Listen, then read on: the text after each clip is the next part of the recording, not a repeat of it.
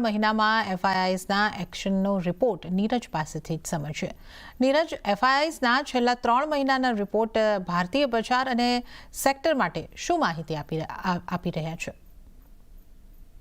તો 2024નું વર્ષ એક ઐતિહાસિક વર્ષ ચોક્કસથી આપણા માટે રહ્યું છે, પરંતુ છેલ્લા 3 મહિના જે રહ્યા છે 2024ના ત્યાં આગળ એફઆઈઆઈસ ભારતથી થોડાક આપણને નારાજ જોવા મળ્યા છે, કારણ કે આ 3 મહિનામાં જો કોઈ કોન્સ્ટન્ટ વાત રહી હોય તો એફઆઈઆઈસની વેચવાલી આપણને આ 3 મહિનામાં જોવા મળી છે. જુઓ, ઓક્ટોબરમાં લગભગ 1,14,000 કરોડની વેચવાલી કરી, નવેમ્બરમાં 46,000 કરોડની કરી અને ડિસેમ્બરમાં પણ 17,000 કરોડ સુધીની વેચવાલી આપણને ખાસ કરીને આવતી જોવા મળી છે. બીજી તરફ તમે જોશો એફઆઈઆઈસ ડિસેમ્બરમાં ક્યાં ક્યાં બુલિશ રહ્યા છે, તો એ સેક્ટરમાં જો IT, real estate, financial, healthcare, consumer service એવા કાઉન્ટર રહ્યા કે જ્યાં આગળ એફઆઈઆઈસની પસંદગી આપણને આવતી જોવા મળી. એટલે જ આપણે ખરાબ બજારમાં પણ આઈટીની અંદર એક સારું એવું પરફોર્મન્સ જોયું છે. પરંતુ જે એવા સેક્ટર્સ કે જ્યાં આગળ આપણને ઘટાડો આવતો દેખાયો, એમાં જુઓ એફએમસીજી, પાવર, ઓટો અને ઓઇલ એન્ડ ગેસમાં છેલ્લા 3 મહિનામાં એક મોટી વેચવાલી અહીંયાથી એમણે કરી છે.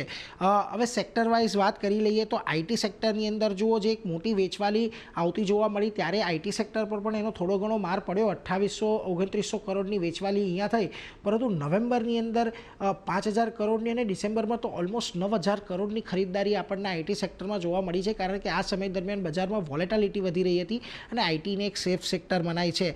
રિયલ્ટીમાં પણ આપણને છેલ્લા 2 મહિનાની અંદર આપણને સારો કારોબાર જોવા મળ્યો છે. જુઓ, 1,390 કરોડની જ વેચવાલી ઓક્ટોબર મહિનામાં રહી હતી, પરંતુ એનાથી થોડી વધારે ખરીદદારી નવેમ્બરમાં ને એનાથી બમણી ખરીદદારી 4,400 કરોડની લગભગ ડિસેમ્બરની અંદર આપણને ખાસ કરીને જોવા મળી છે. પરંતુ હેલ્થકેર સેક્ટરની અંદર પણ આ જ પ્રકારનો કંઈક ટ્રેન્ડ રહ્યો છે. ઓક્ટોબરમાં જ્યારે આટલી મોટી વેચવાલી થઈ ત્યારે માત્ર 55 કરોડની વેચવાલી નેટ વેચવાલી આપણને હેલ્થકેરમાં જોવા મળી હતી, પરંતુ નવેમ્બર અને ડિસેમ્બરમાં જુઓ અહીંયાથી આપણને ફરી પાછી એક વખત હેલ્થકેર પર પસંદગી આવતી દેખાય છે.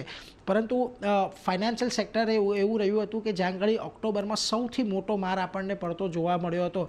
જે 1 લાખ કરોડની વેચવાલી હતી, એમાંથી માત્ર 26,000 કરોડની વેચવાલી તો ઓક્ટોબર મહિનામાં ફાઇનાન્શિયલ સેક્ટર્સમાં એફઆઈએસ દ્વારા કરવામાં આવી હતી. જોકે નવેમ્બર અને ડિસેમ્બરમાં વેચવાલી થઈ છે, પરંતુ હજી સુધી આ જે ખરીદદારી થઈ છે, પરંતુ આ જે વેચવાલી છે એને હજી સુધી પૂર્ણ કરતાં થોડી વાર લાગી શકે છે ફાઇનાન્શિયલ્સમાં, એટલે એના પર એક ખાસ ધ્યાન રાખવાનું છે. અન્ય સેક્ટરનો પણ એક ચિતાર જોઈ લઈએ કે જ્યાં આગળ વેચવાલી આપણને ખાસ કરીને આવતી જોવા મળી. તો જુઓ, ફાઇનાન્શિયલ્સની તો આપણે વાત કરી લીધી, પરંતુ જે અન્ય સેક્ટર છે પાવર, એફએમસીજી, ઓટો અને ઓઇલ એન્ડ ગેસ, તો ત્યાં પણ આપણને છેલ્લેથી એક વેચવાલી જ આવતી જોવા મળી છે 3 મહિનાની અંદર.